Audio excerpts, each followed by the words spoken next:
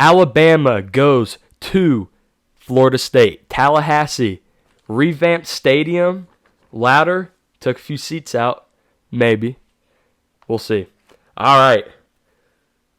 What does FSU have on offense? Well, they got Thomas Castellanos. It was an imperfect marriage between him and O'Brien at Boston College. O'Brien brings in a pro system. Obviously he's been in the pros. That's not Castellanos. Castellanos wants to go around, run the ball, make plays, and O'Brien wants his quarterback to make passes and make plays with his arm. In a pro-style offense, you're really relying on your quarterback to make those zip-in passes, throw it into a window, and let's face it, that's not what Tommy is, okay? So, at running back, Roydell Williams, I really think could be a breakout guy here. He was really good at Alabama, got injured when he transferred in to FSU, didn't play last year. I think he can be big. But you got 4 new starters on the offensive line. That, like I said when talking about the LSU game, secondary and offensive line are the 2 units who have to be the most cohesive and have to communicate the best. And to have 4 new guys, now they're all redshirt seniors, but experience doesn't always equate to wins.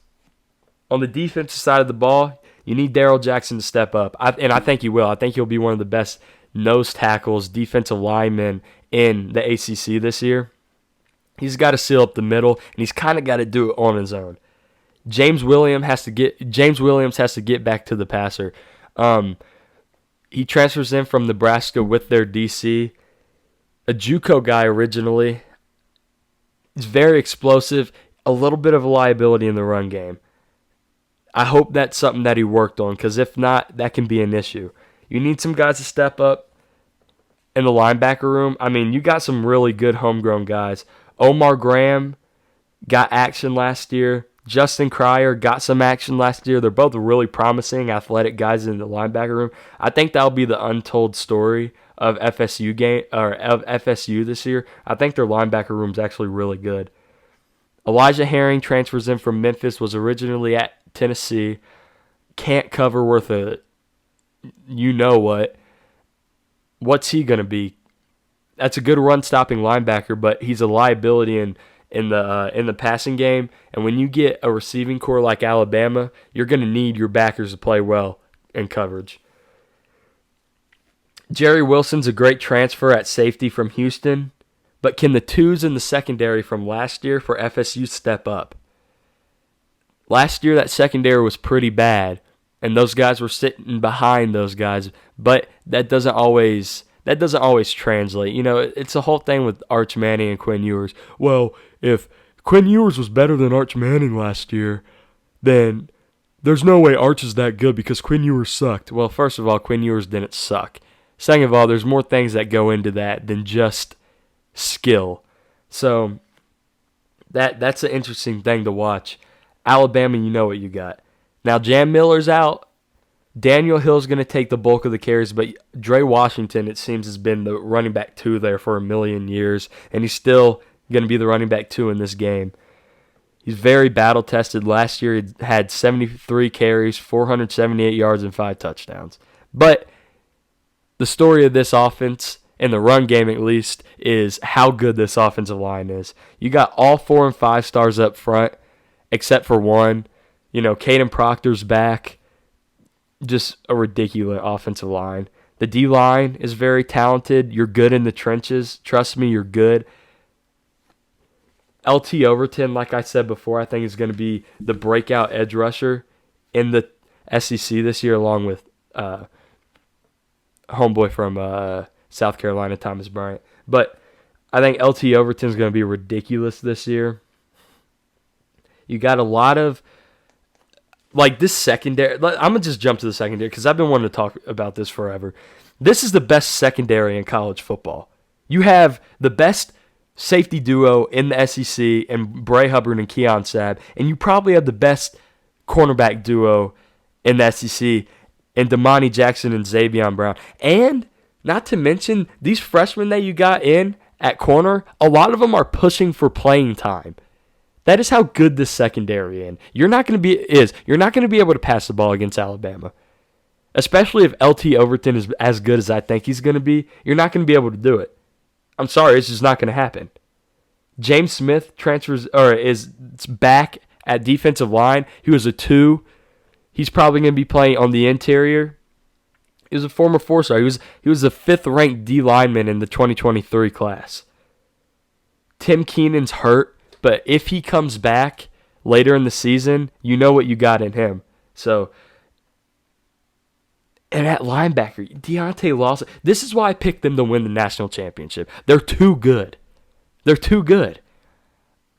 That defense is ridiculous, and the team around Ty Simpson is too good. That is why I picked him to win the national championship. You look around, it's like he's got the Avengers by his side.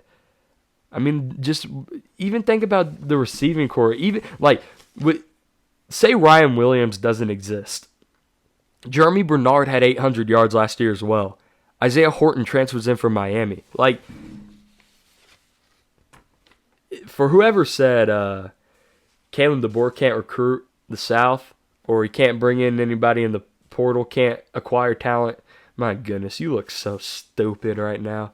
Dumb as hell. All right, let's get into the weeds of this game, some of these matchups. My first thing is Thomas Castellanos versus the whole Alabama defense. If FSU wants to pull this game off, he has to play like it's a one-game season, kind of like what Georgia Tech had done last year against FSU. That at that time, perception of teams takes a big role into how the mental goes for each football team. Haynes King ran his ass off. If he want it could have been 2nd and 6, and he already has a 3-yard gain. He's gonna run for the extra yard every time. That's what Tommy Castellanos has to be in this game. He has to be a one-man wrecking crew, and Roydell Williams has to be there with them. They also have a really good tight end. It's gonna have to be a bunch of running around, dumping it to, because as far as receivers go, other than Randy Pittman, obviously, as their tight end, Squirrel White transfers in. He's been a disappointment his whole career in Tennessee. It's a high-character guy. You like that, but he's been a disappointment. Gavin Blackwell transfers in from UNC. He's a redshirt senior, no real production there. Deuce Robinson is a good receiver. He's 6'6", 222. He had 23 receptions last year for 396 yards and 5 touchdowns. You need him to be better next year and take a step. Javon Boggs was a 4-star. He's a freshman. He's probably going to have to play a big role in this receiving room as well. This O-line for FSU, can they block for Roydell Williams? Because Roydell Williams can eat. Are they going to block for him? Alabama secondary versus a completely new, pretty much, FSU wide receiver room. Will they strap them up? I think they will. Guys, I can talk all the matchups I want. FSU doesn't stack up against Alabama, and I think this game's not very close. I'm going to just go into my predictions. I'm going to just go into my key players, talk a little bit about the matchup, but I don't think it's close. The spread is Alabama minus 13.5. I think they cover. This is one of my best bets. I'm going to release that segment. It is one of my best bets. It's Alabama minus 530 in the money line. Florida State plus 390. Over-unders 50.5. For FSU, my impact players are Deuce Robinson at receiver. New guy transfers in from USC. I got Roydell Williams at running back and Randy Pittman at tight end. Ryan Williams for Alabama at receiver. Caden Proctor is left tackle. Jeremy Bernard at receiver. Defensively, for Florida State, Darrell Jackson, I already talked about him. He's really good, but he can't do it by himself. James Williams coming off the edge, has to be better in the run game, but can get to the passer. And Jerry Wilson in the secondary.